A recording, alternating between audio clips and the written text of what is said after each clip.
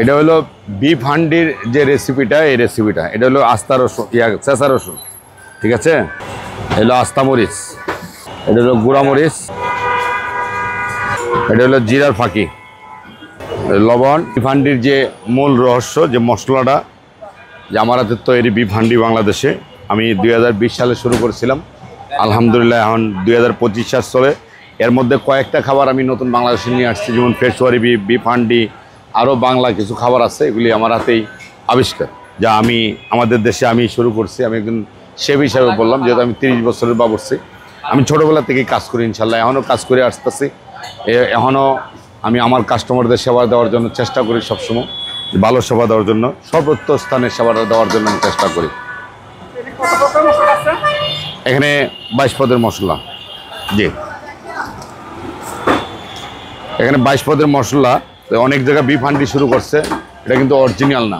Original beef handi একমাত্র আবেশ hotel রেস্টুরেন্টেই, যা আমি 2020 সাল থেকে শুরু করছিলাম। না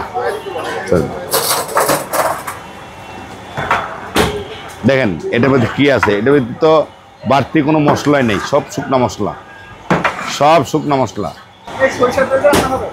এটা অরিজিনাল সরষের তেল, একদম লোকাল নাই, ইনটেক বাজার থেকে তেল নিয়ে আসি আমরা, ইনটেক তেল দিয়া আমরা রান্না করি, ঠিক আছে?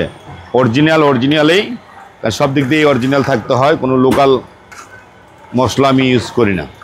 তেল থেকে শুরু করে যা কিছু আছে সব।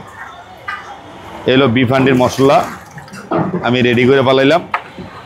সারা বাংলাদেশ কিন্তু বিফ হান্ডি আছে, আমি তাদেরকে ধন্যবাদ জানাই। আপনারা অরিজিনাল কিছু করেন, আমার ভিডিও দেখে ফলো করে ভালো কিছু করেন। আমি কাশ্মীরি ইউজ করি, কোনো রং ইউজ করি না। এই যে কাশ্মীরি মরিচ, একদম অরিজিনাল কাশ্মীরি মরিচ। জিনিসটা অন্ধবিশ্বাসে সবাই খান রেস্টুরেন্টে, কিন্তু সবাইকে অনুরোধ করি, আশা করি সবাই ভালো কিছু করবেন, ভালো কিছু খাওয়াবেন,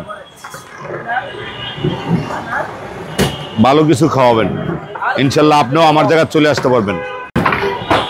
দেখছেন বিফের কালার ভাইজান, বিফের কালারটা দেখেন।